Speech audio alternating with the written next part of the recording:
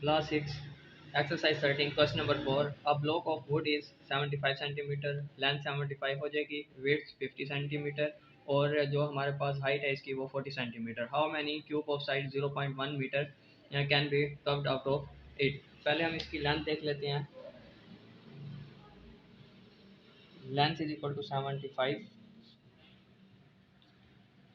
Width या जिसे हम विड्थ बोलते हैं वो हमारे पास 50 और इसकी हाइट जो हमारे पास है वो हमारे पास 40. अब वो कह रहे हैं 0.1 मीटर के कितने क्यूब जो हैं इस डायमेंशन के निकल सकते हैं. अगर मीटर को सेंटीमीटर में करें तो हम 0.1 को 100 से मल्टीप्लाई करते हैं सेंटीमीटर, क्योंकि बाकी वैल्यूज हमारी सारी सेंटीमीटर में है और ये मीटर में है तो इसको हम सेंटीमीटर में चेंज करते हैं, जिसका आंसर हमारे पास आ जाएगा 10. तो सबसे पहले इसको देख लेते हैं कि जब हम अलग अलग बॉक्स निकालते हैं तो वो हमारे पास 75 divided by 10 is equal to 7.5. इसी तरह 50 divided by 10 is equal to 5. 40 divided by 10 is equal to 4. अब देखें 75 जो अगर हाइट है उसमें से इतने निकल सकते हैं और ब्रीथ में से इतने निकल सकते हैं और हाइट में से इतने निकल सकते हैं. जब हम इन क्यूबॉइड्स को आपस में मल्टीप्लाई करेंगे, क्योंकि हमें टोटल चाहिए 7.5 मल्टीप्लाई बाई 5 मल्टीप्लाई बाई 4, तो ये हमारे पास टोटल 150 जो है क्यूबॉइड इसमें से निकल सकते हैं, जो हमारे पास आंसर आ जाएगा. इसी तरह नेक्स्ट क्वेश्चन है, find the volume of each of the cube whose degrees edges are given below. उसके एजेस हमारे पास गिवन. अब देखें इसमें क्वेश्चन नंबर 5 को देख रहे हैं हम.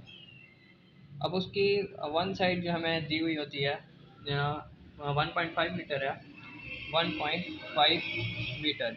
अब इसका उन्होंने वॉल्यूम फाइंड करना है. वॉल्यूम का फार्मूला आपको पता है कि हम इसको मल्टीप्लाई करते हैं length multiply by breadth multiply by height. जब उसकी सारी सेम है तो 1.5 मल्टीप्लाई बाय 1.5 मल्टीप्लाई बाय 1.5, तो ये सम 3.375 मीटर क्यूब हमारे पास आंसर आएगा इसका.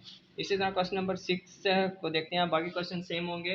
अगर हम लास्ट क्वेश्चन क्या अगर हम डिस्कस करते हैं 2/3 है तो इसको पहले थोड़ा सा चेंज है. पहले इसको हम चेंज करते हैं फ्रैक्शन में एक ही में, तो ये हमारे पास 8/3. तो हमारे पास जो टोटल आ जाता है 8/3 मल्टीप्लाई 8/3 मल्टीप्लाई 8/3.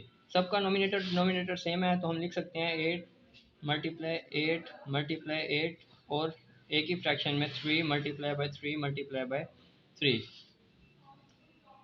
तो ये हमारे पास टोटल 27 और 8 हमारे पास आंसर जो आ जाता है वो आ जाता है 64 मल्टीप्लाई 8 करते हैं. 8 4 24, 4 लगा 8 4 32, 2 लगा 3 कैरी, 8 6 48, 48 और 3 5 1 2. जब हम इसको डिवाइड करते हैं, अब देखें इसको हमने डिवाइड करना है 27 1 27. अब 1 में से 7 माइनस नहीं हो सकता, कैरी लेते हैं तो ये 11 हो जाएगा. 11 में से 7 तो ये 4 और यहाँ पर 4 रह गया था तो 4 में से 2 माइनस 2, ये 2 नीचे आ जाएगा तो ये 2. अब देखें 27 को अगर हम डिफरेंट टेबल पर करके देखते हैं तो 8 से स्टार्ट करते हैं. 8 7 था हमारे पास 56, 8 2 16, 16 और 5 हमारे पास 216. अगर हम 9 पे करते हैं तो ये ज़्यादा वो हो जाएगा, इंक्रीज हो जाएगा, तो जिसको हम नहीं कर सकते. 216. अब देखें 12 हो जाएगा, इसमें से 6 3 में से 1 तो ये 2 2 में से ये 26. अब इसको हम अगर मूव करवाते हैं तो ये हमारे पास आंसर आ जाएगा 18. 26/27 जो इसका हमारे पास आंसर होगा. Wooden block of edge 2.1 meter is cut into small cube, each having an edge of 35 centimeter. Determine the number of small cubes that can be obtained.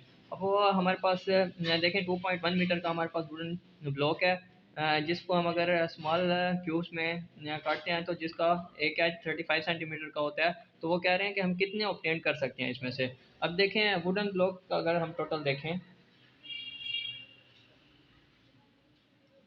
वो हमारे पास कितने का 2.1 मीटर का है. और अगर हम इसके आगे देखें जो ऑब्टेन हो रहे हैं हमारे पास क्यूब, जो हम इसको कट करते हैं तो एजेस जो उसके हैं वो आ रहे हैं हमारे पास 35 सेंटीमीटर। तो पहले इसको हम अगर देखें तो मीटर को सेंटीमीटर में करने के लिए 2.1 मल्टीप्लाई बाय 100, तो ये हमारे पास 210 आंसर आ जाएगा।